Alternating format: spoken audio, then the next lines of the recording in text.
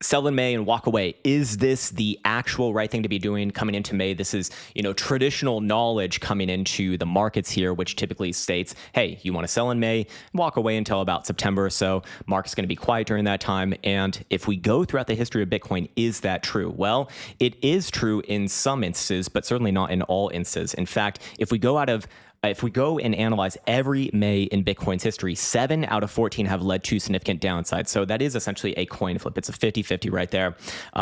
And I should acknowledge, however, that 3 out of 4 of the cycle bull traps have happened in May, actually. And effectively, it is all of them have happened in May. The reason why I say all of them have happened in May is because the first cycle over here did not have a bull trap, or at least not a meaningful bull trap on a monthly time frame. So I can't really say that it was, or it didn't even have an opportunity to do it there. But of course, over here in 2014, you can see that May, while it closed positively, did essentially lead into the overall bull trap, and Bitcoin was down for like the next year or so. Of course, in 2018, same thing. May, a bit of a bull trap right here after that last attempt in April to, I think it was about 9,000 or 10,000 bucks, and it was just down only from there. And then of course, in our most recent cycle, we did see in May the big breakdown below about 40,000 bucks, and that did lead towards, I guess sub $20,000 prices. So, if we look at actual bull traps or cycles that had bull trap, then yes, they all did happen in May. So that does deserve a little bit of consideration,